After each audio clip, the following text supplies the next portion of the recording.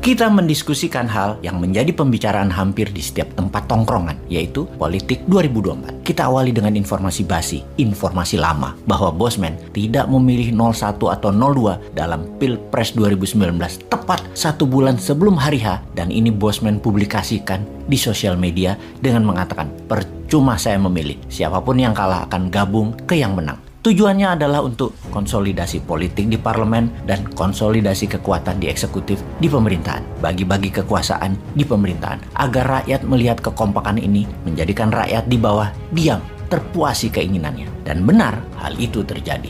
Faktanya sekarang ada pihak 02 yang baper, yang kanan merasa ditinggalkan 02 karena ketika 02 di pemerintahan, keinginan mereka pihak kanan tidak terakomodir, tidak memperjuangkan agama. Istilah pihak kanan menjelaskan opini mereka karena melaksanakan kewajiban agama hanya secara pribadi masing-masing aja itu pejabat, tetapi tidak membuat negara menjadi beragama. Itu versi opini mereka. Kekuatan kanan yang ingin agama diterapkan ini, bahkan ada yang sampai pengen khilafah. Mereka adalah kelompok kanan luar. Mereka garang di mimbar, di majelis-majelis, dan di sosmed. Kritiknya pedas, bahkan bengis. Di sisi seberang, kanan dan kanan luar itu menyerang sisi kiri, yaitu mereka yang minoritas agama dan minoritas kesukuan, yang kebetulan mereka memegang ekonomi negara Indonesia lebih dari 60%-nya. Tidak secara terang-terangan menyebut istilah ini, namun gerakan kanan luar di sisi seberangnya bagi minoritas keturunan menjadi terancam akan nyaringnya kerasnya suara kanan, khususnya suara kanan luar,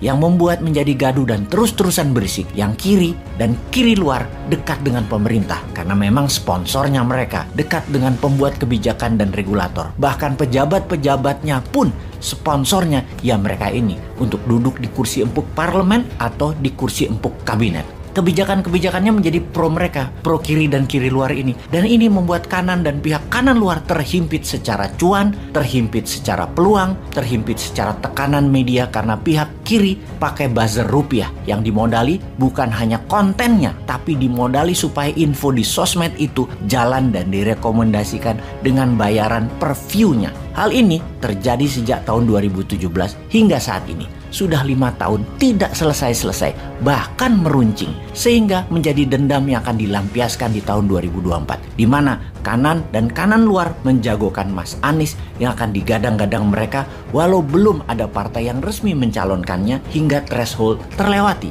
Di sisi kiri, terutama kiri luar, punya pesan satu, apapun itu tidak boleh Anies. Karena ancaman buat mereka, kiri dan kiri luar itu. Anies tidak bisa melepaskan citranya sebagai wakil dari kanan dan kanan luar. Anies berusaha keras ke tengah, namun impresinya, kesannya belum bisa membawanya ke citra tengah. Sampai saat ini, sisi kiri dan kiri luar punya 2 jalan keluar yang terus dipertimbangkan pihak mereka. Pertama, ke Banteng Merah dengan Mbak Puan di garis depan yang sedang digadang-gadang. Dan Mas Ganjar digadang-gadang Projo, komunitas pendukung Pak Jokowi. Kemungkinan besar pihak kiri dan kiri luar main 2 kaki, ke Mbak Puan dan ke Mas Ganjar. Namun 70% dukungan ke Mas Ganjar. Mas Ganjar punya perahu kah? Punya. Kemungkinannya ya KIB, Golkar, PAN, dan P3.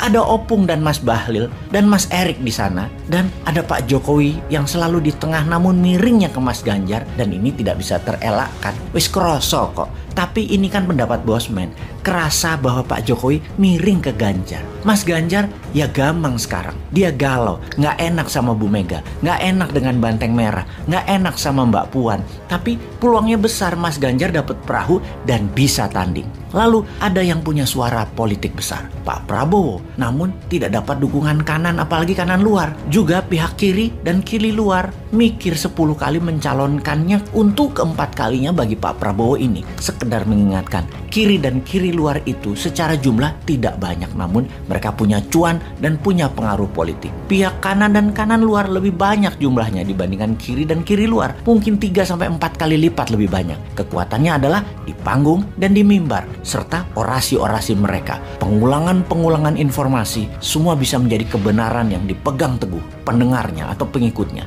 Ada sebuah skenario berikutnya, dan ini skenario pamungkas. Tujuannya untuk apa skenario pamungkas ini? ada 3 kemungkinan pendaratan di akhir jabatan, yaitu smooth landing, hard landing, atau crash landing. Kalau inflasi meningkat, ekonomi belangsak di tahun 2024, maka yang jadi bisa wakil dari kanan dan kanan luar. Posisi pejabat sekarang adalah crash landing.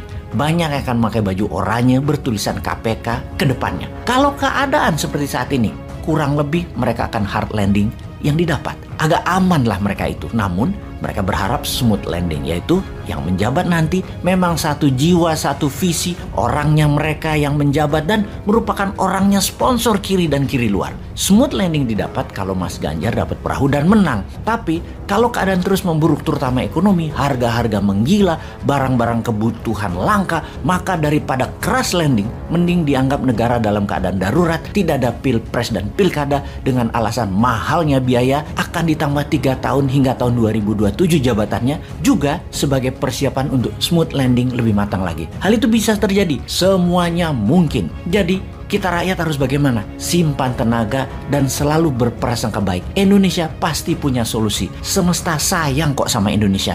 Selalu ada kuda hitam sebagai penyelamat. Percayalah.